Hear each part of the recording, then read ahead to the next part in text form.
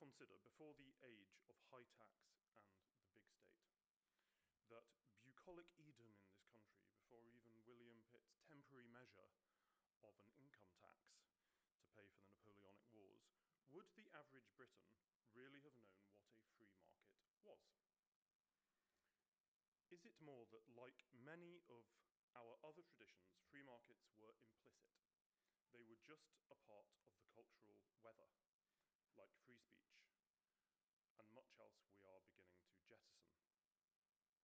In our uniquely free and high-trust country, before the growth of the state, after and as a result of the First World War, free markets were simply what you got when the powers that be just weren't that powerful. We often say in this place that things may get worse, but then they will get better. Our shorthand, national prosperity, our mission, in fact, means doing the things that history has shown to work, like low taxes, the small state, and yes, those low tariffs which we have enjoyed. So what about those tariffs? We are very proud in this institute of what has been achieved in this building as a beacon for trade liberalisation, and we intend that to continue. Well, thank you to the many people who have worked here on that. We were the first to advocate the wild idea that the United Kingdom should join the CPTPP. Welcome back, Catherine. Indulge me if I say I think the work begun here formed the core of the Brexit and trade strategy of a certain Boris Johnson administration. What was that fundamental agenda? It was called free trade. As Boris said in his first trade speech as Prime Minister at Greenwich, growth is anemic and the decline in global poverty is beginning to slow. He said, "We need some country ready to take off its Clark Kent spectacles and emerge with its cloak flowing as the supercharged champion of the right of the populations of the earth to buy and sell freely among each other." Bravo. That champion, of course, was and is an independent Brexit Britain. Now, here, we have always considered our work to be about restoring the Britain that one German economist called the free trade nation. Emphasis on nation. John Bright could lead the successful campaign against the Corn Laws in the 1840s because a sovereign parliamentary democracy extended the franchise to the working man. He could explain why abolishing tariffs on imported grain would make food cheaper, the lives of the poor better. And yet, conversely, does that mean the Trump tariff agenda is simply irrational? I sense many in here would simply say yes. But consider Trump's confrontation with China, whose subsidy of its corporates, whose mass infringement of Western intellectual property harms the gains from investment in innovation at the West and is making us all poorer. So, do most people really have a strong view about tariffs? I doubt it. I think they have a strong view about fairness. So a final thought before I shut up. Perhaps free markets and societies at home and free trade abroad depend on participants who trust each other. That is a challenge for globalization in the world and for cohesive societies at home. With that, I thank you and welcome Barbara. Thank you so much.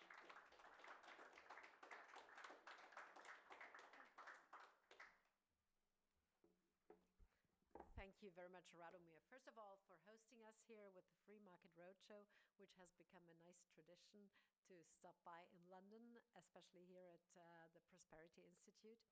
First of all. Second, you mentioned trust. Trust, I think, is not only something that we embrace as libertarians, as pro-market, as freedom-loving individuals, but without trust, markets won't work. Without trust, we are lost. We will not create prosperity and growth. So I think this is something that we definitely need to engrave in all our politicians' mindsets, that this is a precondition. And having said that, I'm really very thankful to Fred and his team, but especially to you, Rado, for hosting us again, because the network of the like-minded institutes across Europe and the US and the globe is still a limited one, despite the fact that long time ago, the mother of all free market think tanks started here in London with a donation by the great Anthony Fisher. But we were, when we started in Austria with the Hayek Institute, which was founded by Hayek himself, not only the only pro-market think tank, libertarian think tank in Austria, but also in the German-speaking countries and more or less on the continent. We were like 3, 4 think tanks, nothing else. By now, the network has grown, and we are proud of that, and we compete with each other for the best ideas, for the best papers, for the best academics. But on the one hand, as we preach the division of labor, we, with the Free Market Roadshow, also do that. And we have started out this year, this is the 19th year, by the way, of this traveling circus of academics, of intellectuals, of think tankers that travel across not only the European continent, but also the US, and we will go to Latin America in fall again. So this has become a good tradition. When we started 19 years ago, it was just 4 cities. We were four speakers. It took us 2 weeks to travel from Vienna to Bratislava to Prague and to Berlin. The most prominent speaker back then was José Piñera, who you might all know, the father of the capital-based pension system of Chile. He was traveling with us those 2 weeks. So 4 cities in 2 weeks, and just, a couple of hundred attendees. These days, we do 40 countries in Europe alone, plus we did 12 stops in the US just over Easter and at the beginning of April, and we continue to go back to the continent next week, and then we finally make a break over the summer and then continue. But this, and every year, we have a topic that is one of the main themes. And this year we, of course, picked out the pretense of knowledge. You all know Hayek's Nobel laureate speech when he was awarded 50 years ago. And he was talking about the arrogance, not only of politicians, which is, now that I'm officially a politician, I may bash ourselves and look at my counterparts that sometimes seem that they think they know better than we, the individuals, and our collaborative network and know-how. But we took that looking at Brussels. You, luckily, don't have to mess with those guys, with these central planners there. But we in continental Europe, we still suffer the worst parts that they do to us, which is leveling down everything, one-size-fits-all policies, overregulation. You may name it, all the worst things that you can have, that you can get in your mind, come out of Brussels. And unfortunately, our politicians in many, especially Western European countries and states, don't get it. They simply don't get it. That Europe was successful back in history because we were competing with each other, because we understood that our regions and nations had to do so, that one size fits all, whether it's tax policies or health policies, don't work. Luckily, we are a diverse continent, and this has helped us to become wealthy and creative and innovative. Now, there is no innovation. I think the only innovation that my dear friend Dan Mitchell jokes about is the screws of the plastic bottles that are fixed and we cannot throw them away. This is the level of innovation that we are seeing these days in Europe. in continental Europe. So where have we gone? And therefore, we still run this roadshow with special topics in order to promote supply-side economics, pro-market ideas, the best Thatcherite, Reaganite ideas that help individuals to prosper and states and governments to limit their power. So again, this year it was Hayek, but when we started in March 19th in Montenegro with 300, 400 students in the audience, we were challenged talking about that. 2 weeks later, we went to the US. What happens? Trump had his deliberation day. And we were just in DC, kickstarting the roadshow there when the tariff issue kicked in. So of course you shift gears and you don't talk about the Brussels House of Cards anymore. You don't talk about the Savings and Investment Union and the rearm Europe and all those failed policies. Literally, when when von der Leyen says we need those private savings of individuals and make them into investments that we steer around and that we may use to our ideas and not to your individuals' best. So we're talking about tariffs, we're talking about trade, especially in the US, but this is still relevant now across other European countries when we turn back. But the Brussels House of Cards, as I tell you, will hopefully be challenged more and more, especially by Eastern Europe. And this is the last thing I would like to mention. You are lucky that you have your Bank of England and your British pound. You may suffer under certain policies from monetary policy there, but don't get me wrong. If Brussels and Frankfurt keep coordinating constantly and monetary policy is not separated from fiscal policy, you end up where we will end up in Europe, central bank digital currency, central bank digital euro in 2027. If we don't find a way out of that, and there are luckily a couple of European states that first of all are not in the euro yet, and that have their own currencies and cash in their constitution, then, and those will speak up hopefully sooner or later. Otherwise, we will end up with the CBDCs, and you all know what that means. It's programmable. We have the AMLA authority already, which is the authority that is looking directly into all savings, into all wealth, into everything of European individuals or EU individuals as of 1st of January 2025. So there is a big fight in order to keep our individual freedom, but also our entrepreneurial freedom. And those politicians need to be kept at bay. And this is why we do the roadshow. Again, every year different topic. We had migration, for example, already in 2012, 3 years before the big crisis hit Europe. Back then, we also debated it from a pro-market libertarian perspective, which meant, of course, we need people to join our labor force who integrate, but not welfare tourists as we have these days in Europe.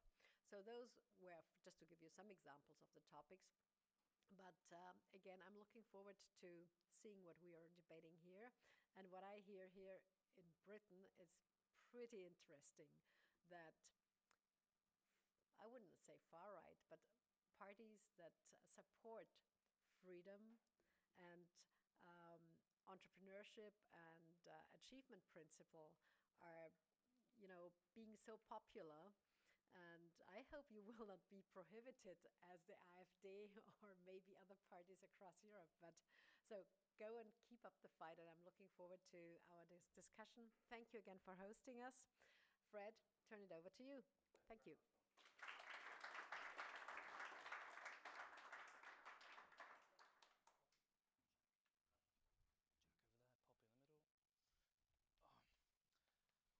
Good evening, everybody. Thank you very much to Rado and Barbara for your addresses so far. Barbara, you are European-wide central bank digital currency, so all power to the florin, to the krona, and to the zloty for the time being, to resisting against that. So it is a year since we hosted the 2024 London leg of the Free Market Roadshow. Things were quite different back then. Then, the Prosperity Institute was Legatum Institute. We were in the dying days of the Conservative government. We heard from Robert Jenrick, who talked about the dangers of net zero. We were so close to the death rattle of the Tories that so much so the very day after the event we hosted, Rishi Sunak went to the King to dissolve Parliament and call the general election, thus consigning 14 years of Conservative rule to the dustbin. Today, we have a Labour government with a hegemonic majority in Parliament. Donald Trump won a landslide victory in the United States, and populist parties have made progress but not quite achieved victory in Europe. 'Twas ever thus there. Britain and the Western world are twisting and turning on a political rollercoaster. The mass immigration chickens are coming home to roost politically, and the public are forcing their governments into doing things that the political class thought hitherto unthinkable. While we might be close to the final death of the open borders consensus, which has so damaged the West in the 21st century, the economic picture is less clear. The government under Labour has already run out of ideas beyond tax, spend and regulation. Taxes are reaching record peacetime highs. The Employment Rights Bill is essentially a war on free enterprise. And the government is wedded to a suicidal energy and environmental policy which is destroying British industry. It has nationalised British Steel in Scunthorpe, seemingly unaware that its own very energy policy made the nationalisation necessary in the first place and precipitated a crisis of legitimacy and viability in British industry. And across the pond, the Trump administration has devoted the majority of its attention on economic policy to a capricious game of tariffs around the world. Let's see if that game theory works out, but it's hard to call free market right now. Across the channel in Europe, the European Union just buries its head in the sand, pig-headedly pursuing the same policies which has doomed it to stagnation in the last decade. Even though the same doesn't work, in true Bourbon fashion, the EU has forgotten nothing and learned nothing. To add insult to injury, regrettably, our government in Britain is about to realign us with Europe's own failed economic policies. So what a shame that is.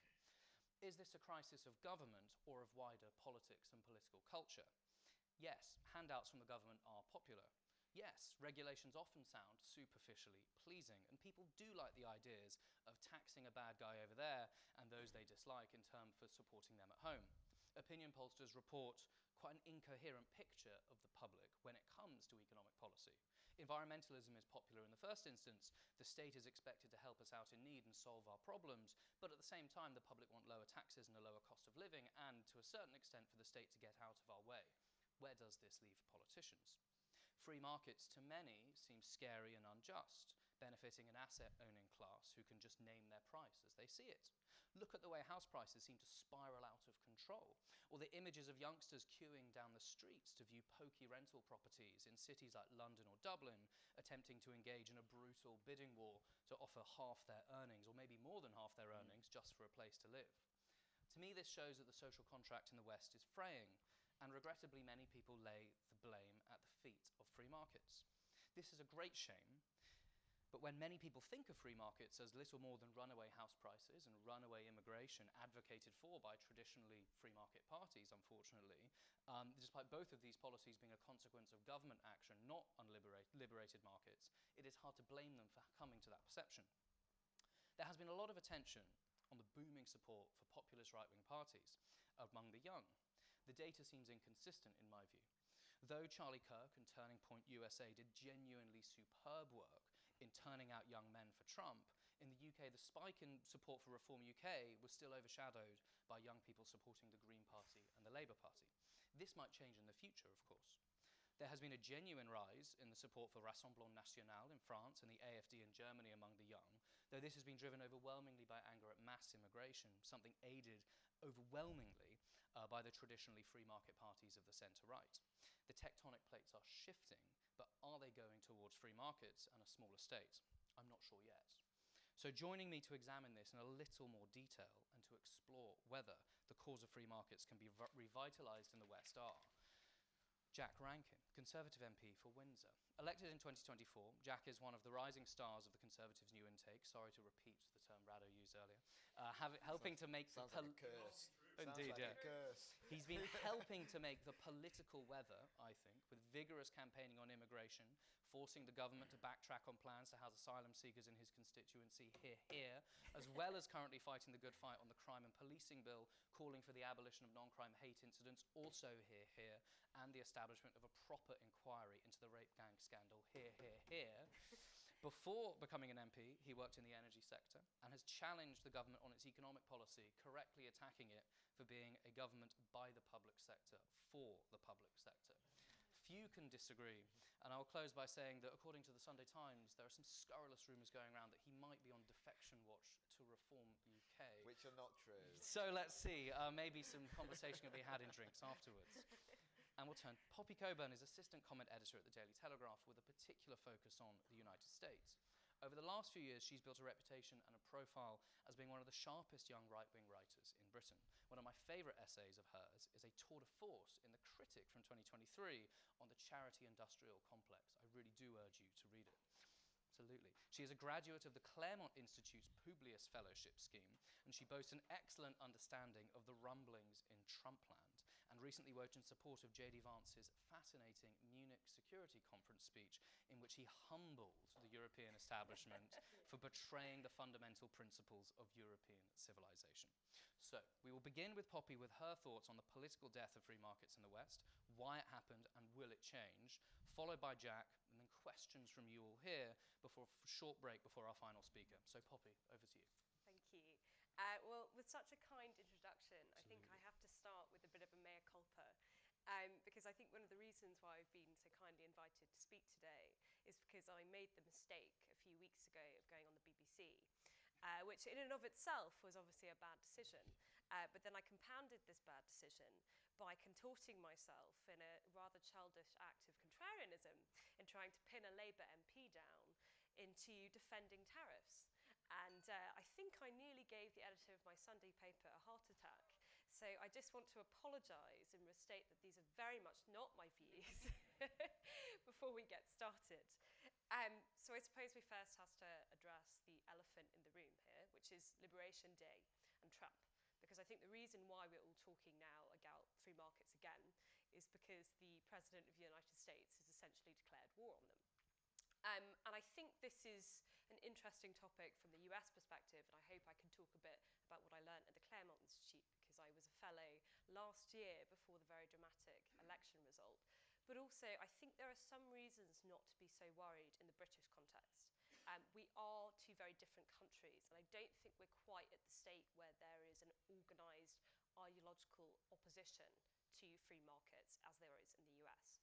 So to go back to the Claremont Institute, so I was out there in the summer last year, and the Claremont Institute, if people aren't already familiar with it, is a bit of a brains trust for sort of paleo-conservative, West Coast Straussian, you can call it Caesarist if you work for the New York Times, but it's really a brains trust for the Trump administration, particularly when it comes to history, culture, political theory.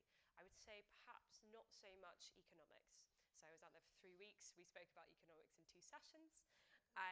But I would say that the view was probably the 2 most important sessions I've had in terms of actually predicting what has happened now the Trump administration has got in for the second time.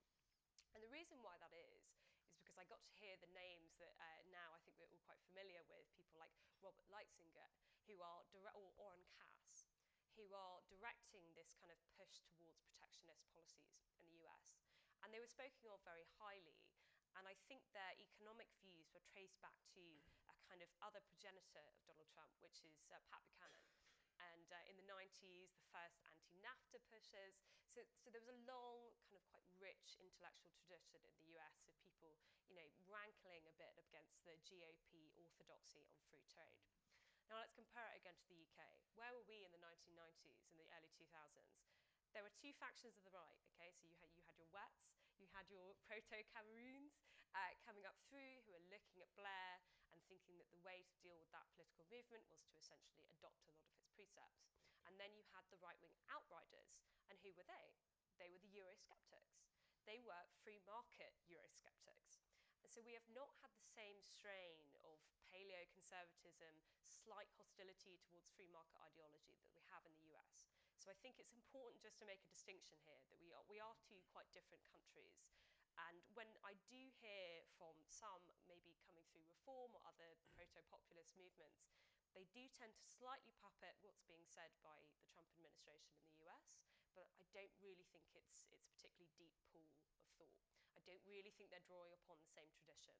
We really only have free marketeers here on the right, and long may that remain, or people who are being perhaps slightly opportunistic and thinking that they are predicting a future movement, which I hope will not actually come.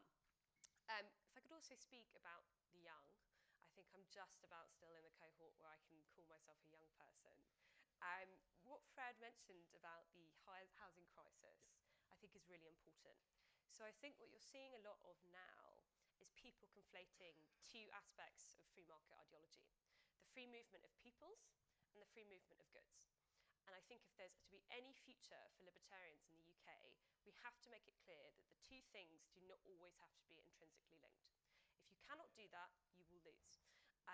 Every single movement in Europe, in the UK, that has been towards this right-wing populist wave, which has now been going on for about a decade, has usually had a foundation of immigration. Immigration has been the central issue here. You cannot fight against that. There has to be some degree of recognition that although there may be perfect conditions where perhaps we adopted, if this was desirable to do so, a UAE system of guest worker visas, that is not going to happen in Britain anytime soon. We have a welfare state. We have a still quite popular welfare state. You are not going to dismantle it. And what we have seen in the last 20 years is rather than drawing back the boundaries of the state and having a free movement of peoples, we've just kept the two things together with, I would argue, quite disastrous consequences. So let's also talk about scarcity mindset, because I really think that is what defines young people when they think about economics today. It's not necessarily that people have strongly held beliefs about free trade. I mean, Radha, as you were talking about tariffs, rarely can you have a conversation with someone and use the word tariffs and they will actually, their eyes will light up and they'll start engaging with you. You know, it's usually a kind of rough sense, as you mentioned, fairness, a degree of wanting to get a good deal. You know, everybody likes cheap goods. Everybody likes economic growth, or at least they like it when they're feeling it, even if they can't necessarily do the things that need to be done to get there. I think the problem slightly with perhaps younger generations who haven't really felt what a high growth economy really feels like. They've lurched from crisis to crisis. They never really perhaps recovered from 2008 if they were millennials, or if they're Gen Z of my generation. They had the COVID pandemic, massive borrowing, you know, dropping out of universities perhaps, or going straight into the workforce with not much hope about the future. And these sorts of people, I think, are quite liable to quick fixes economically. So you can make an argument like, I would say, a pretty popular economic influencer now is someone like Gary Stevenson.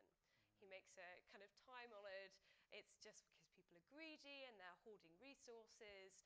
And I think you could apply that to the international sphere very easily. You could say, well, these greedy, you know, rich people also operate on the international sphere, and Britain is being ripped off. Have I actually seen that happening much? No, not really. And if we are to look at the two main parties on the right now, which is still obviously the Conservative Party, but also Reform. Reform is helmed by a man who has been described as Thatcherite. I think that's pretty accurate. Every time he opens his mouth, he will talk about how much he loves the City of London, how much he hates Brussels, bureaucrats, over-regulation. This is not a man who sounds like Pat Buchanan. This is not a man who sounds like Oren Cass. And I think that's a good thing, right? I don't really think the senior leadership in Reform harbour secret protectionist views, and I don't think you'll see that coming out. But again, you've got to look at the next generations of people coming through. You have to get people engaging on the idea that you can be on the right, you can be part of this new populist wave, but you don't have to jettison like the sound economic foundations. But they have to be engaged with. I mean, like, everybody says we're living in unprecedented times. It's such a cliche, but we really kind of are. Like, we've never really been in this electoral territory, or we haven't been for a very, very long time. And so I think there's a case to restate first principles. You have to make the arguments to people about why free trade works. If you point to the British economy and you say, well, we've had no growth, you know, my standard of living is getting worse, I can't get a house, my wages are being undercut, you need to be able to make an argument that free trade is not the problem. You know, you have to say, actually, the reason this is an issue is because of, say, like net zero, over-regulation from central government, because otherwise people will take that position, and there will be people who will be rallying them in that corner because it's convenient for them to do so. So I think I'll just finish on that, again, that rallying cry. We shouldn't be too worried, but we shouldn't be complacent either. You know, there is fertile territory at the moment on the right to reach out to young people and bring them on board and provide the ideas that will actually be the basis of their frustration with mainstream politics. And as long as we keep doing that, then I think the future is still quite bright. Thank you very much, Poppy. Superb. Stirring stuff, and now on to Jack Rankin. Well, I'd rather have gone first and follow that excellent contribution. I'll be perfectly honest, especially with the way Fred and Rado have both teed me up. So forgive me if I disappoint you all round. Fred asked that I focus a little bit more from the Westminster side, particularly with my experience, as I still consider myself a relatively new MP. And I must start, I'm afraid, in quite a negative way, although I do intend to finish a little bit higher, if I may. But I must paint a bit of a picture of dysfunction to start with, which I think lots of people can see from the outside, but obviously I've been witnessing firsthand for the last 9 or 10 months, is it? Not quite sure. An MP's short-term political interests are not at all aligned with what we might want as free market conservatives, or what the country desperately needs. And if you talk to some of the older MPs, they'll talk to you about their correspondence levels when they started in the House of Commons. So 30, 40 years ago, to write to your Member of Parliament, you had to reach a threshold in yourself to think, I'm going to write a letter, a formal letter, I'm going to put it in an envelope, I'm going to find a stamp, I'm going to take it to somebody. The reality of modern communication with Members of Parliament is that we get an insane amount of correspondence, whether that's email, whether that's Facebook, whatever that looks like. The volume is high, the quality is dire, and the thoughtfulness is nil. And the problem is that we all feel that our primary job is to somehow service as correspondents. And part of that is the volatile political world in which we increasingly live. Because if you think about the Conservatives in 2019, we won lots of seats that nobody really expected us to win. And the candidates that we selected in sort of lots of those seats who ended up being MPs for the first time, the calibre was poor. And these people were fighting for their political lives, even if we didn't make such a disaster of the 5 years, which we did. So they spent their whole time trying to deal with the short-term political stuff in their inboxes. And the 2024 intake, if I might say so, is significantly higher calibre on average than the 29 intake, in my opinion. I might say that, I've got a vested interest. But every single Conservative MP at the moment thinks they're a dead man walking. Right? They might not necessarily use that language, but if you thought last year was a bad result and this was an aftershock, the results a few weeks ago were a lot worse than last year. Right? If they were replicated at a general election, we'd be lucky to have any Conservative parliamentarians at all.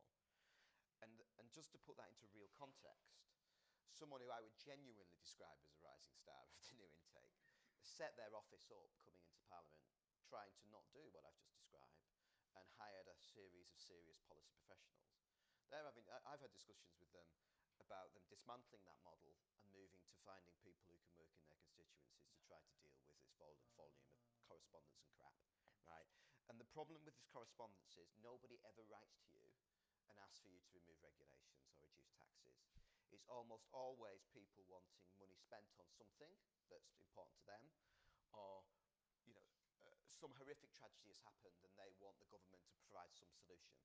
So whether that is I've forgotten the name of the person it's named after, the law around terrorists. Martin's Law. It's call and response. Do people know what Martin's Law is? Right. So it's if you see your political survival as pandering to people who write to you, you go, well, I'm going to make a speech about this, and have a picture with Martin's mum, and that's very difficult not to do. Where actually it's a disastrous thing to do individually, but collectively layered on top, it's absolutely disastrous for the country.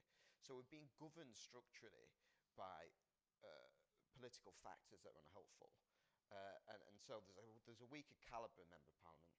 That a Member of Parliament who lives a life like that, it doesn't attract the same kind of people that it might have done historically. And we're having people who've got no ideological foundation or grounding, so respond to that short-term political expediency. And housing, which Poppy mentioned, is one of them. If you've got a constituency like mine, if anyone wants to build any housing in my constituency, believe me, that village will object to anything, right?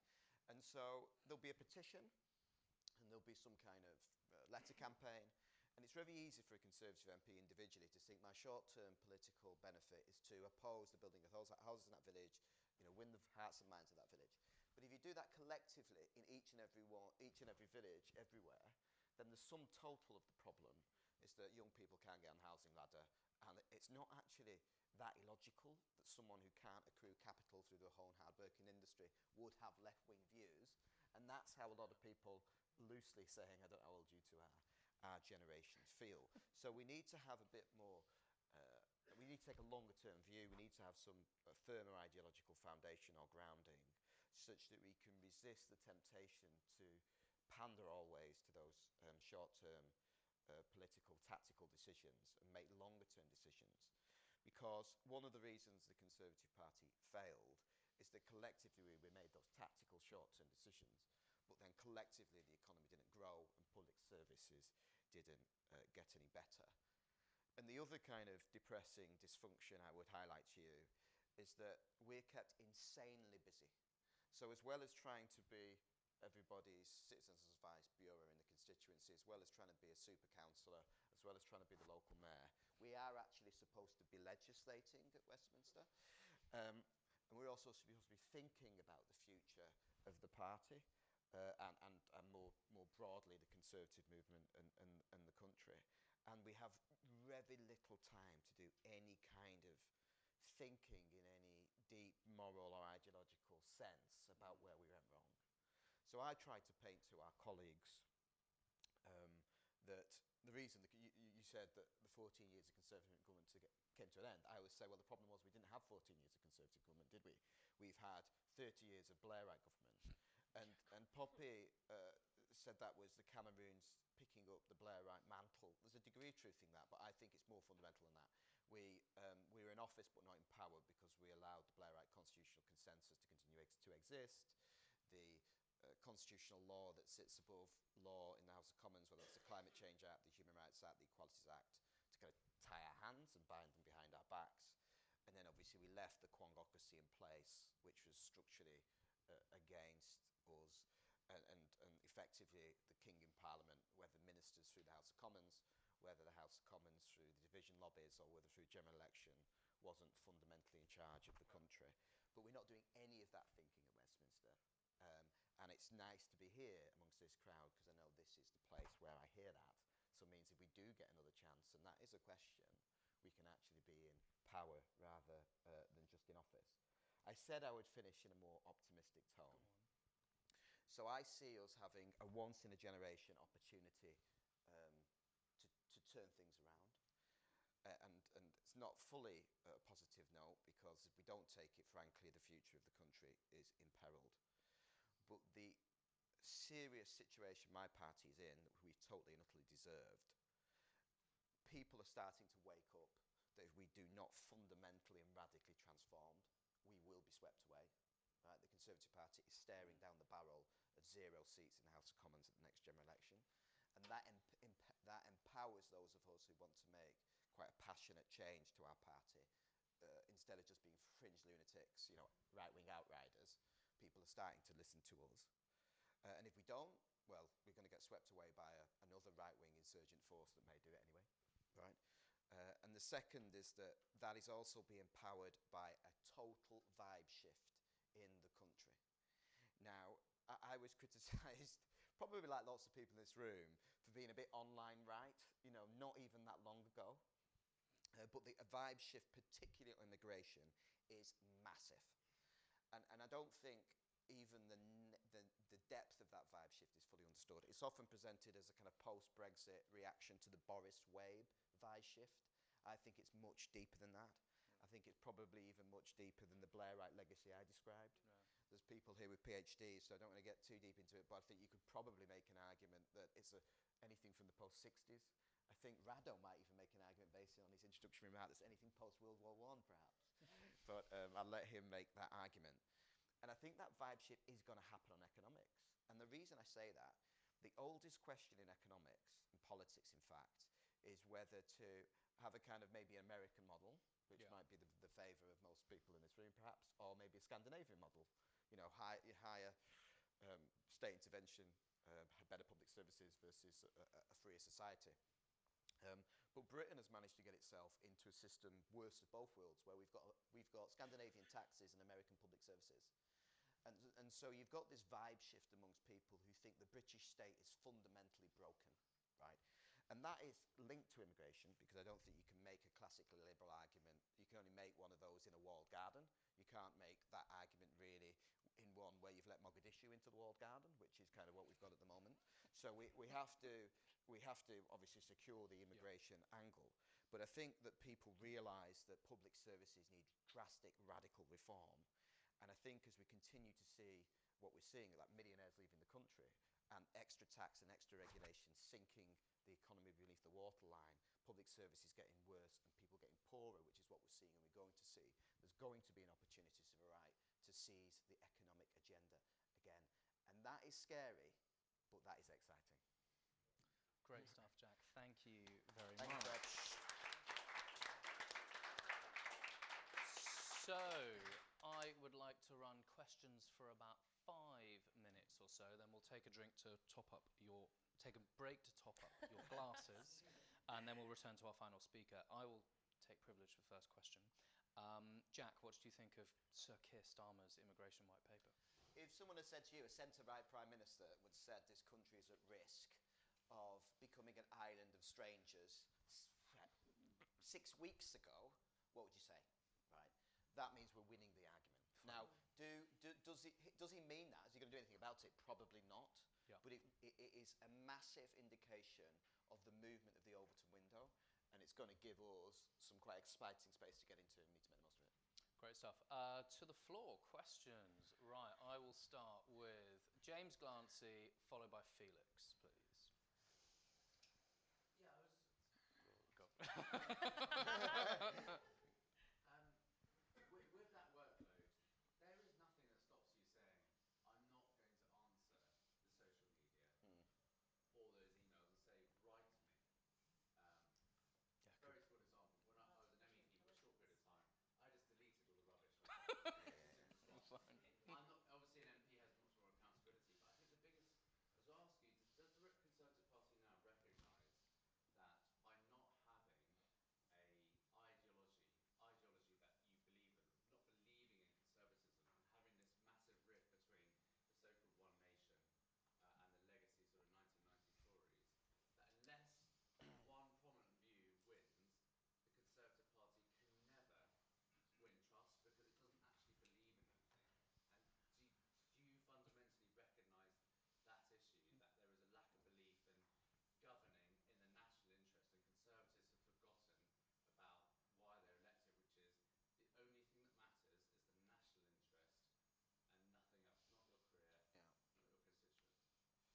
not your career, not your constituents. I could answer that question many ways. I largely agree with the thrust of your argument, James, although you would be a brave MP to say write to me only. There is a member of the House of Commons who does that, who refuses to have an email and makes everyone write to him, but he is very much of the old guard. So I think it's overplayed, the split in the Conservative Party in that sense. If you'd have said to any of us on the right, after we lost the general election, the final two of the Conservative leadership race would be Kemi Badenoch and Robert Jenrick, we would have bitten your hand off. And they received a third of the vote of the Parliamentary Party each. So 2/3 of the Parliamentary Party voted for one of Robert Jenrick or Kemi Badenoch, right? So the idea that it's kind of, sometimes you hear it's 60% Liberal Democrats, is overplayed. I don't necessarily accept that, but I take your point. But that did happen, right? And so, one of the reasons why it got a bit catty, I think, between Robert and Kemi, is because they violently agreed with one another, right? So there was a difference in emphasis and approach, but ultimately they shared, I think, a lot of what I've just articulated there, particularly the need to repudiate the Blairite constitutional consensus. and one of the differences between the two of them was about pace of the change required. Obviously, Robert stood effectively on the ticket. If we vote for this, we're going to do this. Kemi kind of stood on the principles and said we need to work through to that point. We all respect, and there's no sense of the Conservative Party that we want to play silly buggers on this. But I think those of us who strongly believe we need to make strong directional headwind, after last week's result, I think you're going to see a greater pace of policy development which will be in that direction. And I think one thing that Kemi has been cautious about to date is trying to take the parliamentary party with her. I think there's a sense that because we're in such an existential place, the idea of more meeting in the middle, and coming up with some mush is a way to simply headline off into a cliff. I think more people are coming to that point of view. Great point. Felix. I might not have a mic. Thank you very much.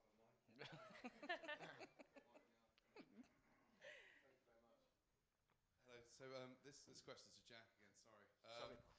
But yeah, I was just saying that generally you've talked about vibe shift, and it seems to have, obviously filtered through the Conservative Party that, that this whole that something has changed. Something's in the music, something's in the water. What do you think has pushed you over some window so far to the right recently that makes Starmer make a kind of almost power-like speech? Yeah, so I think it's culture, not economics. I think people can see, these things sound trivial, right? But like, if you get on a train in London, the kind of like, what I would call as social norms are just not there, right? And you like, walk over Westminster Bridge. I know these are extreme examples because this is the heart of the capital city, but I get the train to Waterloo train station and walk every morning and walk over the bridge. There's open lawlessness. I think there is a strong sense, whether it comes to things like, the mass nicking of telephones, right? In London, and the way it's just like cowardly accepted by the metropolitan police. I think people understand that there's like a social breakdown here happening, and obviously the great pace of change, because we have been somewhat like being frogs boiled in water, right? But someone's just whacked the dial up. Thanks very much, Boris Johnson. It's really woken people up, and I think it's that kind of thing, not necessarily what is the net fiscal benefit of a care worker from Nigeria and their dependents to fill it. It's not that stuff. It's the kind of stuff that people see degrading the quality of our kind of communal sphere, in my opinion. I'd like to hear Poppy's views on that as well. Yeah, I mean, it's not even just on immigration that Keir Starmer has pipped the Tories. He's also done it on trade. I mean, like, he was the one who got the US trade deal over the line. He was the one that got in the India trade deal over the line. And I think, you can make criticisms of both of them, but, like, these are major post-Brexit trade deals that was made by the man who made his career as becoming leader of the opposition at the time on campaigning for a second referendum. I mean, I think you're right insofar as there's a vibe shift, because I don't think Starmer is an ideological man. I really don't. Yeah. I think he's a cynical man, and I think he's a very good politician insofar as he is cynical. Perhaps it's a greater degree of people waking up to kind of the squalor, I don't know, or people feel that things are just, life is less comfortable for them. But I also think this was a very long time coming. You could just base it on the numbers. I mean, people are talking about immigration because last year we nearly had 1 million people coming into the country. It's as simple as that. When we had 300,000 people, we had a first referendum. Sorry, we had the Brexit referendum. That was enough to get rid of David Cameron and to arguably create the split in the Conservative Party, which it is never really fully recovered from. So you shouldn't then be surprised. Triple that number and see what happens. And I think now that people like Starmer, people within the Labour Party, Morgan McSweeney, have woken up to the fact that immigration is no longer a live thing that you can touch. You deal with it, you try and take it off the table as much as possible, but like, you can no longer have a career in public life if you take a pro or neutral stance on immigration. I think it's really as simple as that. And it's probably going to be the case for every party that isn't the Lib Dems or the Greens. A new wave of cancellation. Right, we're going to do 2 questions. I want to take them in a group together. Maurice and Claire. So could we hear from Maurice and then Claire, and then we'll answer them together? Sure. Just back to the essay question. Poppy mentioned about the need to decouple free movement of goods with free movement of sort of people.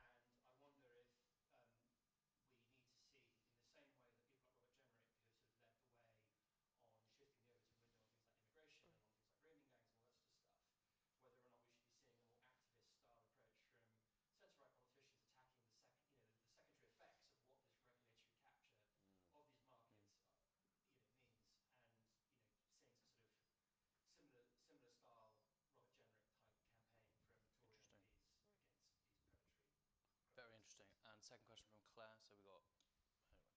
Thanks, Fred.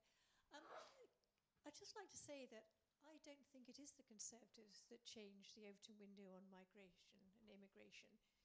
It was reform. And at the same time, it's not Starmer who actually won a trade deal because of Brexit.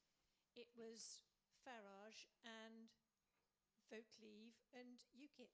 None of this is anything to do with the Conservatives. So maybe the Conservatives should try and be conservative. Right, fantastic. So, predatory incumbents and who is really making the weather? Let's go. Unfortunately, that was a statement. There was no question, so I don't have to answer it.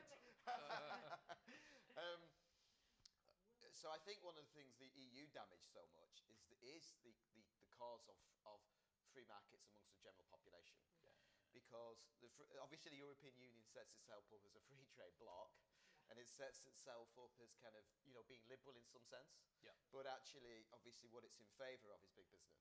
And actually being in favour of markets is not the same as being in favour of big business. And you've got so much regulatory capture. You've written about the charity kind of monopolisation of state funds. You've got the same kind of corporatism that happens there. So I think, we do. I think that's absolutely correct. Just to tease me a little bit, you're absolutely right that the Conservative Party would never have ever gone anywhere near a referendum on the European Union without the pressure which Nigel Farage put on the Conservative Party to the right.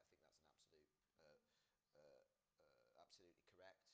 But also the referendum would never happen if the Conservative Party was, there to be influenced. I think, and it is true to say that I do speak highly of Mr. Farage in the sense that he's one of the most, I consider, influential politicians in Britain since the war, alongside Thatcher and Blair. I'd put him up in that top three. But there's a difference between having that galvanising effect to make the Conservative Party doing something and then forming a government to do something. They are very different skill sets. Yeah. And obviously, if we do head into a general election, anything like the current sense, my concern is that we could just end up with a Labour majority on perhaps an even smaller vote share, because that is the risk inherent in our political system. Very interesting. Final thoughts, Poppy? Yeah, I'll be quick because I'm sure everyone wants to go get a drink. But you're completely correct as far as reform's influence here, particularly when it comes to immigration. I mean, we forget a couple of years ago, this was something that nobody wanted to touch or talk about. Everybody wanted to be swept under the rug. Someone like James Forsyth is able to write an op-ed in The Spectator saying immigration is now off the table. The same year it hit another record high. I mean, there was genuinely a belief within Westminster that it was like, job done, we've done Brexit, so we now can just ignore immigration as a political issue and just carry on as we did before. And if it weren't for outriders, if it weren't for those people that keep it up and go, no, this is not what we asked for, this is not what we have demanded of the government for several years, for decades now, then we wouldn't have got anywhere. So yeah, completely correct. When it comes back to the degree of how you make this popular, you have to kind of make the case for freedom being a good thing, you gain from freedom. I might be slightly biased here. I'm from Essex. In my family, I always use them as a weather vane, and maybe that's slightly out of whack with the general population. But they feel like they're being ripped off. They're spending more and more and more, and they're getting less and less and less. And I think that you've got to create a narrative politically. The reason why that's happening is because of the government, not because of these nebulous, greedy, just mean caricatures of men in top hats who are withholding things from you. I mean, that is really not the case. So make the case on something like net zero, make the case on something like free markets, but you have to do it while always keeping a finger on the pulse. What do people actually care about? They want cheap goods, they want strong borders, they want cheap energy. It's not rocket science. And the problem is in politics is that we've kind of forgotten how to do that thing. So. Right, bravo, here. So we're going to return in 10 minutes to hear from Dan Mitchell. So glass of wine, go to the loo, and we'll be back shortly. Thank you very much. Rahil, can we take a picture of the three of us?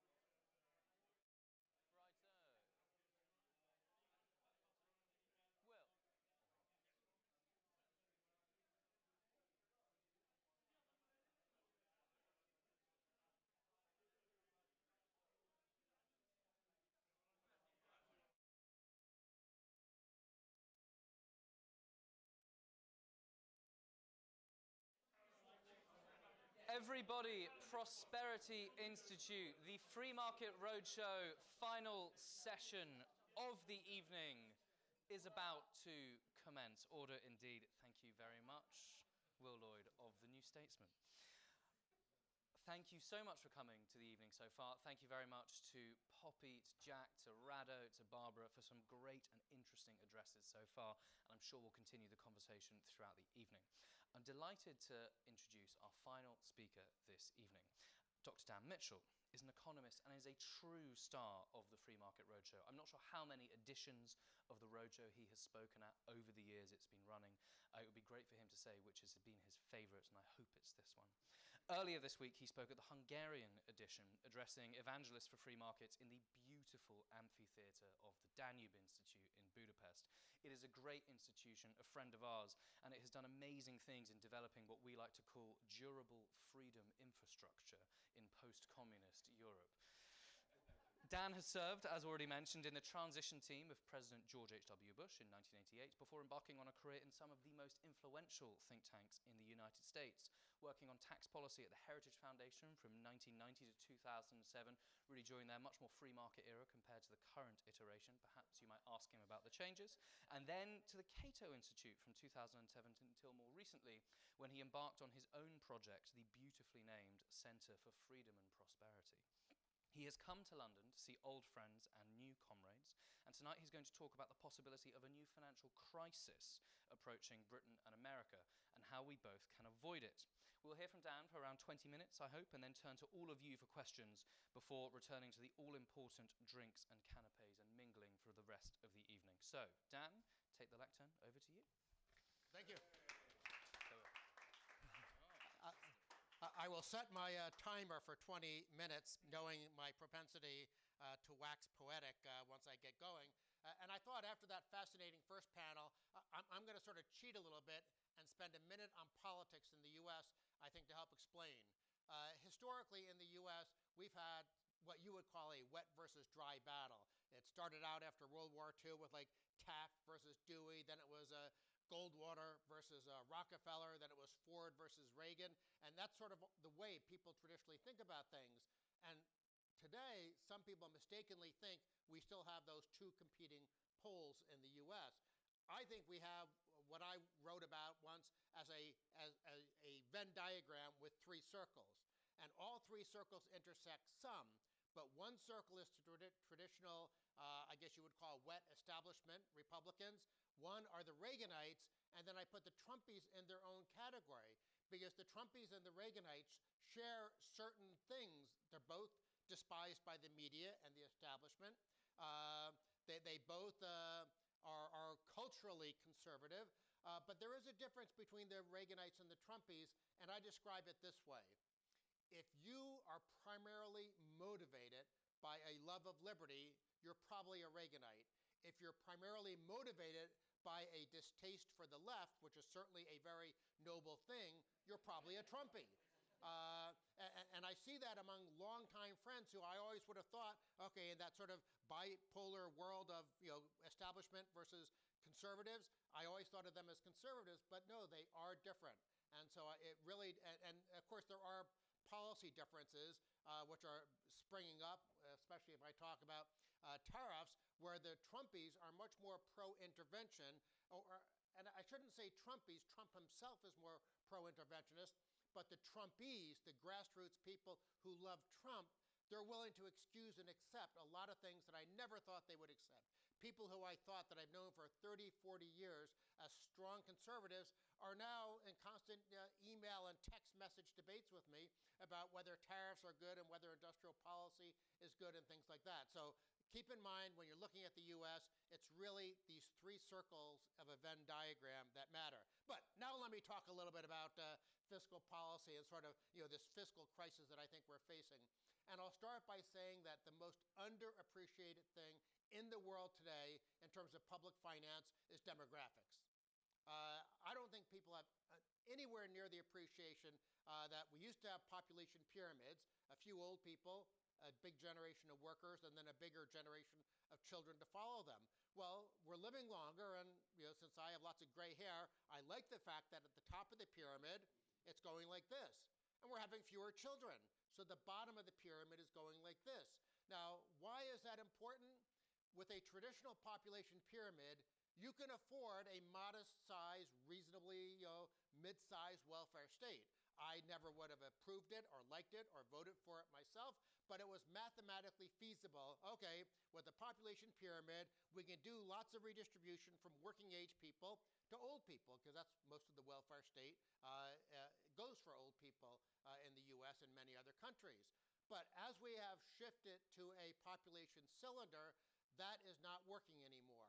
And not only that, as sort of springing on what we heard from the first panel, if your people don't have an instinctive desire for free markets and limited government, and if populist politicians on the right or the left are telling them, oh, I can vote you more goodies, then the problem is not only do you have sort of this natural demographic built-in expansion of government, but then you have politicians for what we call public choice reasons, rent-seeking reasons. They normally like to expand government every day anyhow. And so those two things are combining, where if you look at the long-term forecast from the IMF, from the OECD, or you look at the different national forecasts in the U.S., we have lots of them, our Government Accountability Office, our Congressional Budget Office. All the forecasts show in the U.S. that the burden of government spending is going to grow by anywhere between 6 and 12 percentage points of GDP over the next several decades. Now, why does that matter? Well, that matters because we already have giant deficits today. Now, I'm normally never a deficit hawk. I'm a spending hawk. I've oftentimes gone up to Capitol Hill, explained to Republican politicians especially, stop talking about deficits and debt, talk about government spending, because whether it's financed by taxes or borrowing or printing money, it's the spending that undermines long-run prosperity. And the fact that some of it is financed by borrowing, that's no good, but it's no good if it's financed in other ways as well. But even a spending hawk like me, looking at our fiscal situation and the amount of red ink that we've run up and government debt over 100% of GDP, and we're literally looking at $2 trillion a year deficits that probably by the end of the 10-year budget window that we think about when we're debating Trump's big, beautiful bill, we're probably looking at $3 trillion by the end of the 10-year window. Now, even if you're not a deficit hawk, you sort of have to wonder, at what point do the bond vigilantes descend upon Washington? I've often explained and argued we don't have to worry about it for decades, because before they come for us, they'll come for Italy, they'll come for France, Japan, where government debt is 250% of GDP, and somehow they go along just merrily. Won't they blow up at some point? I now don't know anymore whether or not the U.S. will be the last domino to fall. And if we have, especially you mix it in with bad monetary policy, I just have this nightmare scenario in my mind of some sort of big stock market correction, a recession. And by the way, a recession, it won't just be limited to the U.S. I'm sure it'll be global like it often is nowadays. And when you have a recession, what happens?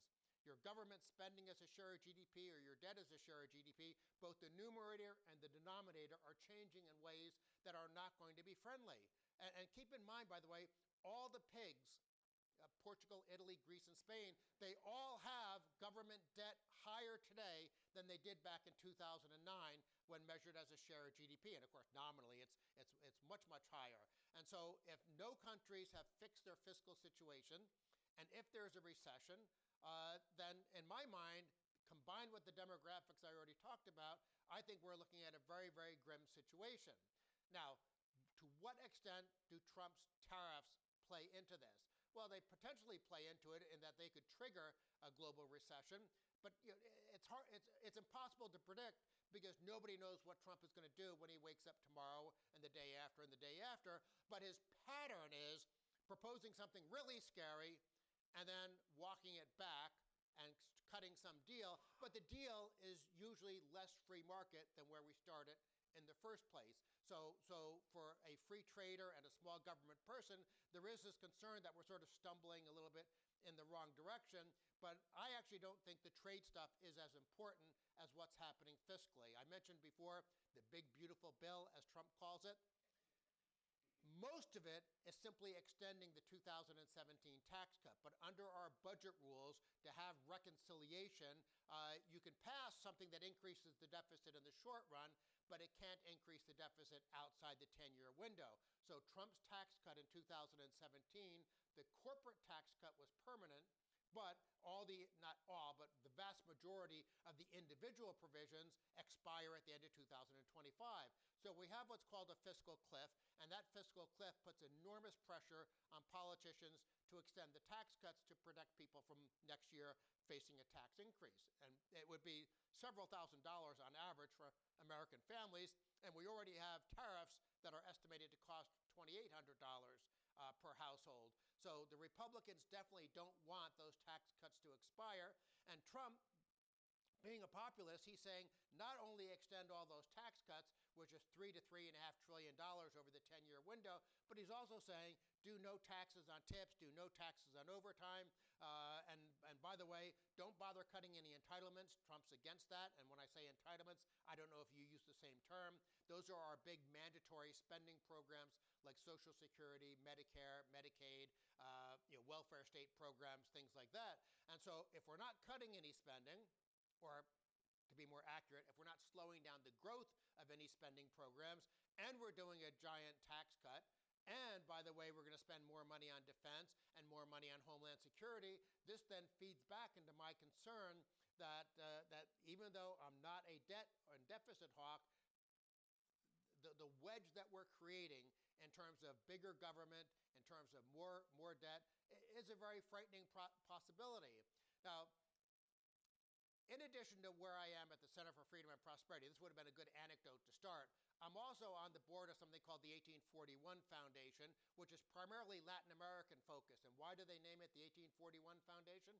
Because that was the last year the world did not have an income tax.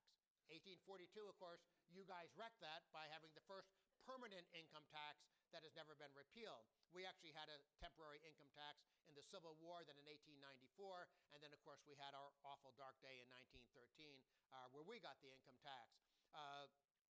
But looking at the fiscal history and sort of thinking and sort of connecting what I'm saying to the first panel, all during the 1800s and early 1900s, and this sort of also plays into Trump because he promises we're going to get rid of the income tax and replace it with a tariff. What people don't understand is that during the 1800s and early 1900s, governments were tiny. Governments were half the size, if even, of where they are in Hong Kong and Singapore today. Average government spending in the Western world was less than 10 percentage points of GDP in the 1800s and early 1900s. It wasn't until the 1930s with the worldwide Great Depression, and actually it sort of started during the Progressive Era, which in the U.S. was in the late 1800s, early 1900s. That's when we got the income tax, that's when we got the Fed and other things like that. But it really wasn't until the 1930s, if you look at Vito Tanzi's book, Public Spending in the 20th Century, up until the 1930s, social welfare transfers as a share of GDP in the Western world averaged about 1 to 2% of GDP. So even though government had sort of crept up closer to 10 percentage points of GDP, there was basically no welfare state. You had the initial welfare state in the 1930s, mostly pensions, and then, of course, in the 1960s, Europeans adopted value-added taxes. That enabled a big additional jump in the welfare state. We didn't do the VAT, but we did Lyndon Johnson's Great Society with Medicare and Medicaid. So in the 1800s, you could finance your government with a few tariffs and a few excise taxes because the central government in Washington back then literally was only 1 to 2 percentage points of GDP. Most government was at the state and local level. We were sort of like Switzerland back then in that the central government was infinitesimally small. But as we've adopted the welfare state, and more importantly than that, as we've adopted a welfare state that erodes the spirit of self-reliance, this creates what I view as a very negative dynamic. In the United States, we have more than 50% of the population getting some sort of government benefit. And probably even more worrisome is that the bottom 20%, if you go back 50 years, the bottom 20% compared to today, the overwhelming share of their income is now in terms of government transfers. In the UK, I wrote just I think last year, somebody had calculated, maybe it was you guys, I don't know, that 52% of the people were in the productive sector of the economy and 48% were relying on government in some sense. So that creates a very big challenge. If we try to do the right thing in the US, and the right thing I suppose I should define is controlling the growth of spending so that spending grows slower than the private sector. Because what is your private sector? Your private sector is your tax base. And if the private sector is growing 5% a year nominally, that means your revenue almost certainly is growing probably 5.5% nominally. And if you hold government spending below that, guess what happens? You shrink government spending as a share of GDP. In all likelihood, you're going to balance budgets. You're going to begin to pay down debt. Unfortunately, for the entire 21st century in the United States, whether Republicans have been in the White House or Democrats have been in the White House, government has gotten bigger, not every single year, but certainly every single presidential term. The one exception was when the Tea Party Republicans took over Congress in 2010, we had a 5-year period where government literally didn't grow. We had a nominal spending freeze in America. Now, admittedly, it was a spending freeze after we had the big blowout with Obama's stimulus and the TARP bailout. So government had grown to a huge level, but at least it was an achievement that Republicans, back when they were actually Reaganites, held government spending constant. But that eventually evaporated, that sort of commitment. But here's the thing that's very depressing. All during the Obama years, people like myself at free market think tanks were focused on, at least in terms of fiscal policy, entitlements. And we had Paul Ryan as the Budget Committee chairman, and then the Ways and Means chairman, and then the Speaker of the House.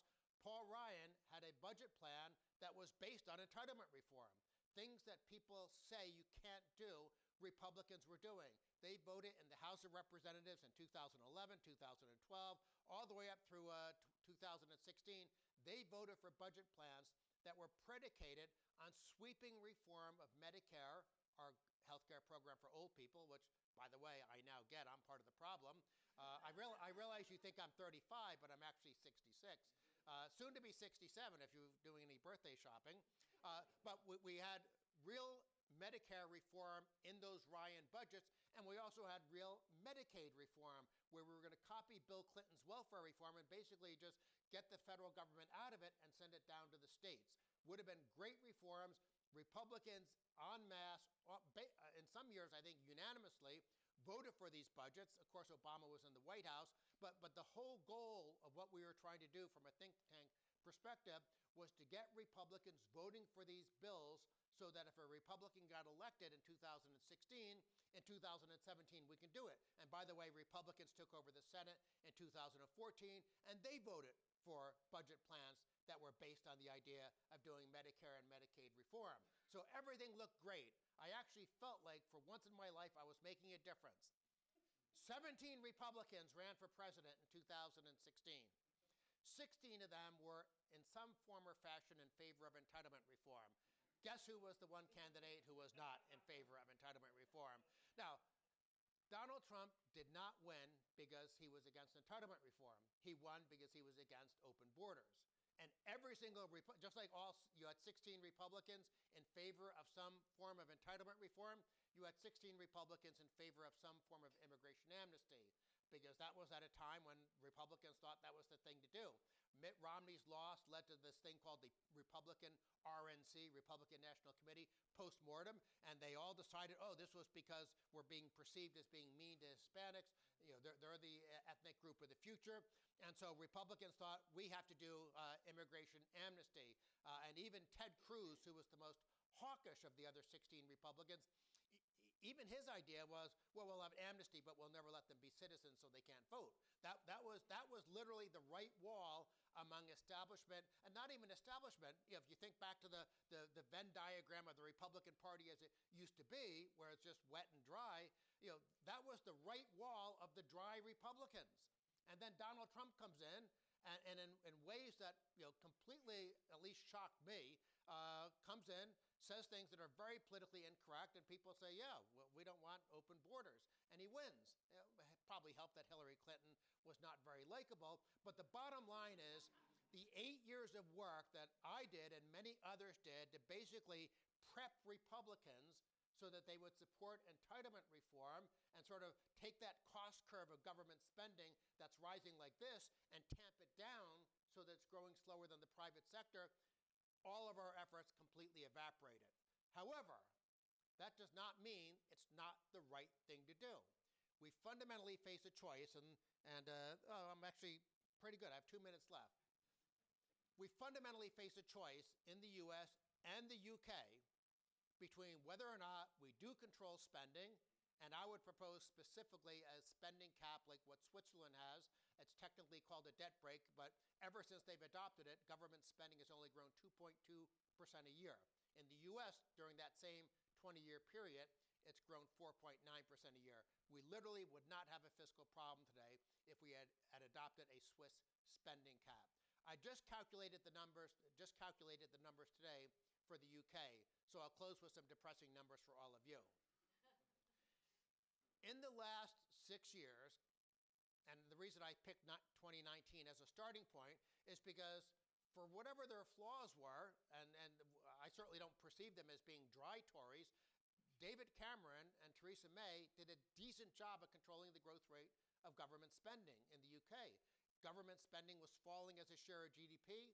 In terms of annual percentage point increases, they were pretty good. Government was growing like 2% a year, 3% a year, below nominal GDP.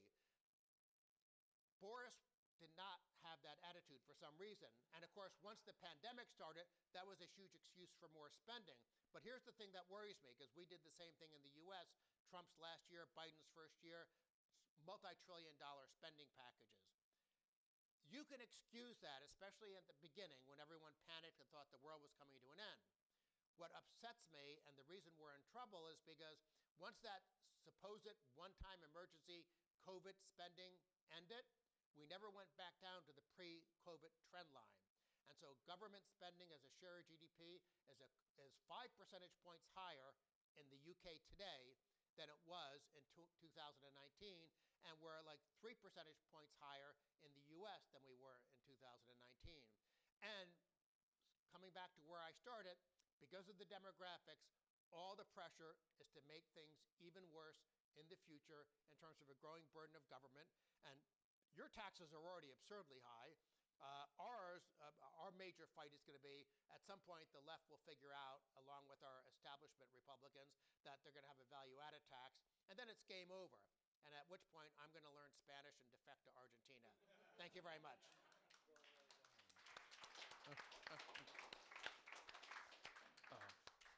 Lovely stuff, Dan. That was fantastic history of the humbling of the welfare reform Republicans in the 2010s. I didn't know that at all.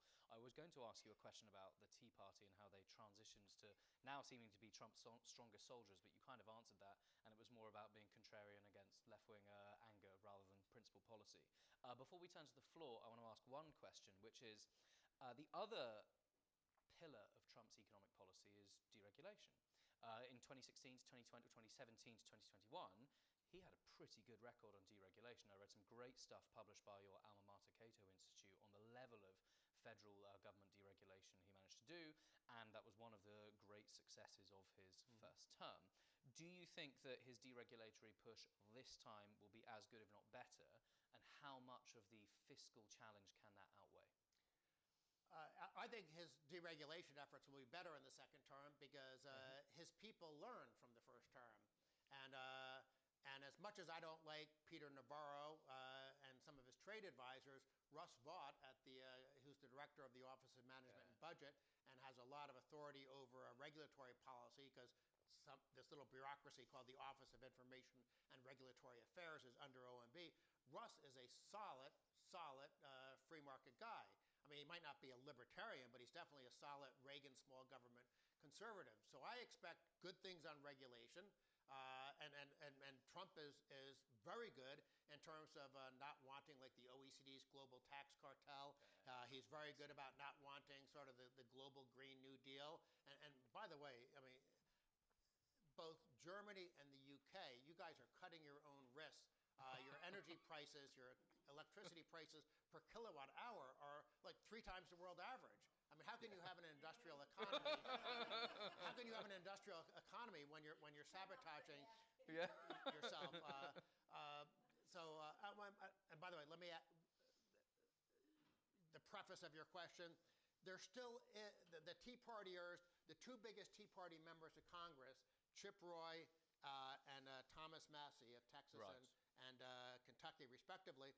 They were DeSantis supporters, and Trump doesn't like them because they actually still are sort of the committed small government, we need to reform entitlements Republicans. But yes, a lot of the old Tea Party crowd, well, first of all, the longer a politician is in Washington, the more they sort of adopt just the pro-spending mindset. I forget whether it was you at the opening, but somebody said that that people just get accustomed to, that they hear from nothing but pro-government. Oh, whoever was talking about the letters coming in from constituents. Rankin, yeah, I mean, when you're in Washington, there have been studies done that 98% plus of the people who testify to Congress and go lobby members to Congress are asking for more. Yeah. And it's human nature. If you want to be liked by people, everyone wants to be liked. If everyone's saying you're a wonderful person because you put this earmark in a spending bill, you're this wonderful person because you voted for this emergency aid for dandelions in people's lawn and stuff like that. I mean, it's very hard to just be that grouchy person who votes no all the way, like Ron Paul used to be and stuff like that. You won't. We joke about you don't want to get disinvited from the Georgetown cocktail parties. Georgetown's very nice. But I think there's some truth to that. Excellent. Right, questions from the floor. I know we want to return to drinks, but we'll do Harry here, lady in the dress there. Yes, just to reassure you on something, income tax is not permanent. In 1842, our Prime Minister, Robert Peel, gave a clear pledge it was a temporary measure. And any day now, I'm looking forward to you mentioned Argentina at the end. Isn't there a lesson that when things have to get really bad and the country goes broke, and then people will accept radical free market thing? And another one, if I may. Elon Musk and Doge, we've taken a lot of interest in here, and there was this argument about whether he'd be saving a couple of trillion and then saying it's only going to be a couple of billion, and then the figures are fairly well. The fact you didn't mention it much indicates presumably you don't think anything much will come of Doge. Okay, let me try to remember all those points. Well, I'll do Doge as the most recent thing. Doge did some really good stuff in terms of exposing how a lot of money is wasted. However, no matter how many contracts are canceled, and Doge did some of that, it doesn't reduce government spending by 1 penny unless there's an actual rescission bill to extinguish existing budget authority. Because a government agency is obliged to spend whatever money is appropriated every year, and the only way you can change that is with a rescission. Trump is not proposing, at least not, there was talk about it, but there's going to be no rescission, I guarantee you, for fiscal 25.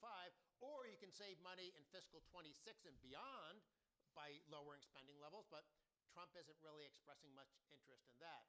Now, what Doge did do that I love is that it went into like bureaucracies like USAID and found out that a lot of the contracts were just sort of self-dealing, corrupt, funding the left. I mean, we've always had this issue of government tax dollars funding the left in the U.S. And if nothing else, by Trump going after the universities and stuff like that, we're making progress. On Argentina, Milei is great. I mean, he's as crazy as me, and he's the president of a country instead of just an irrelevant think tanker. And he reduced government spending by 6 percentage points of GDP in his first year. That's literally never been done in peacetime. In the U.S. and the U.K. after World War II, yes, spending came down by a lot, but it was all because of demilitarization. So Milei is great, but here's the challenge.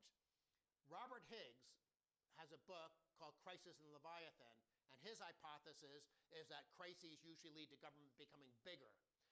On the other hand, I think it's Naomi Klein, a lefty, who has a book called Disaster Capitalism, where she's terrified from a left-wing perspective that crises create melee, or for that matter, the collapse of the Soviet Union and free market economies like Estonia. I don't know whether Higgs or Klein are right about the US and the UK. Do we have a Javier Milei in our future? Right now, I'm very depressed about the US. I don't know if you have a Javier Milei here, which is why I desperately need to learn Spanish. I think there was one other question in there, but Yeah. I forget what it was. I'm hoping that the Javier Milei is lurking in this room Yes. somewhere right now. Lady in the floor address question. I suppose if you had a violent magical wand and you could purge one aspect of government spending tomorrow in the US, what would it be? Great question. Well, my hobby horse is hating on the OECD for trying to undermine tax competition, which is one of the few things on our side offsetting the natural tendency of governments to overtax and overspend. But in the budget scheme of things, it's not even an asterisk.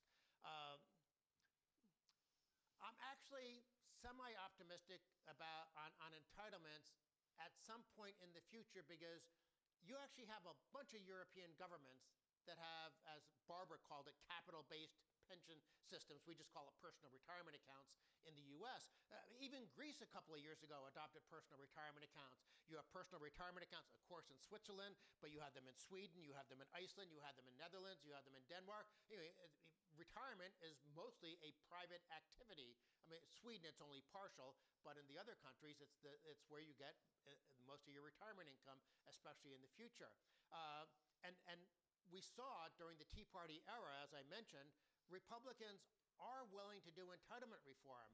And I actually think most of them still today in Congress, because I talked to some of these jokers, and privately, they're kind of, damn, we had our chance, we missed it. By the way, we had a chance to do personal retirement accounts under Bill Clinton. He was completely solid on the issue. And then this little thing called Monica Lewinsky. It was the most expensive sexual indiscretion in world history, because literally, because he had to move left to shore up the Democrats during impeachment. So trillions of dollars in present value cost for what happened. So she should be proud of herself. That was quite discursive. Go on, name a benefit you're going to cut. Go on, name an entitlement you would abolish. Well, if I'm economic czar, I've always thought that the simplest thing is to copy the success of welfare reform and just kick Medicaid to the states. And that's the one entitlement where there's at least some discussion among Republicans. They're talking about clipping the fingernails instead of cutting off the cancerous arm, but at least there's talk about it. So I think Medicaid is the one that could be fixed the most easily. But you can fix Medicare and Social Security. The savings might take decades to really accumulate, but it's over the decades where you have this giant, yawning, unfunded liability, literally over $200 trillion, depending on your assumption of interest rates and things like that. Thank you very much. Right, I'm going to do one final question. We'll do last two. So Morris at the front, and then Gawain at the back. Morris? Since the 80s, defence spending has been a major driver of US spending. Am I right in thinking that Pete Hegseth is looking at doing reforms around military procurement in the US? And do you think that those will result or lead to anything? Well, I disagree a little bit with the premise of your question. Reagan increased the defense budget from about 3.5% of GDP to 6% of GDP. It's now back down to under 4% of GDP, and during the peace dividend era of the Clinton years, it was down. It might have even gotten under 3% of GDP. The overwhelming long-run driver of our fiscal problems is entitlements. Now, that doesn't mean we shouldn't try to save money in defense, and there are very conflicting signals from the Trump administration, where Trump's saying we're going to spend more money because of China, and that might be legitimate. I'm not an expert on those things. But also Trump and Hegseth saying that we have elements of the deep state in the Defense Department where it's all just a self-serving bureaucracy that hasn't. It's like the European Commission. It's never passed an audit. Nobody knows how and why and when they're spending money.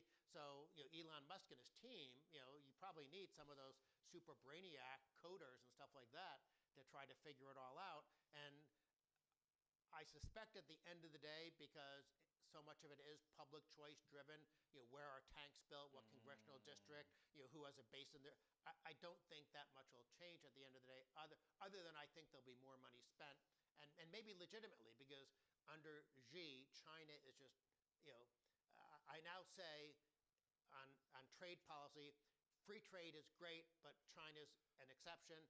And I say on economic, on defense policy, that Xi is the threat to the United States, not Putin. Very interesting. Not that Putin's not a bad guy, Yeah. but he can't project force or shut off our there's now stories today about Chinese communication malware is embedded in solar panels and cars and all sorts. I'm sure that's probably true, and we're idiots for allowing it. Your point about public choice and defence spending is very wise. A few years ago, I spoke to someone who works for a big defence contractor, and he said in America, defence procurement works as welfare for white people. So it's essentially another form of entitlement via jobs program. Mr. Towler at the back. Back in 2009, 2010, you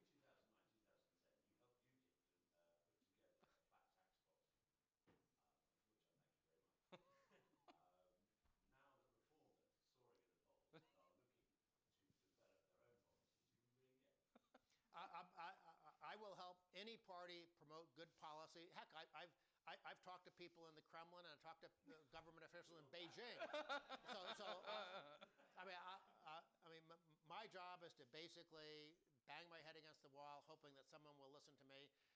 I'm spending a lot more time, however, in Argentina now than I am in Europe, because at least I have the fantasy that things are moving better there. And not just the fantasy, it is. But yes, if Reform is going to wind up becoming the new right-of-center party in the UK, just like I wanted. I remember years ago being at a conference where Osborne was, and I pressed him on the flat tax. So I'm happy to press Reform on the flat tax and anyone on it. But I guarantee you, no party, no matter how good they are, is going to be able to do good tax policy unless they also do good spending policy. Yeah. That's the bottom line. And a great note to end on. Everybody raise a hand to Dr. Stan Mitchell, the rest of our panelists. Thank you very much for attending the 2025 Free Market Roadshow in London. Please do get a drink, get a canapé, keep chatting for the next hour or so. Thank you very much.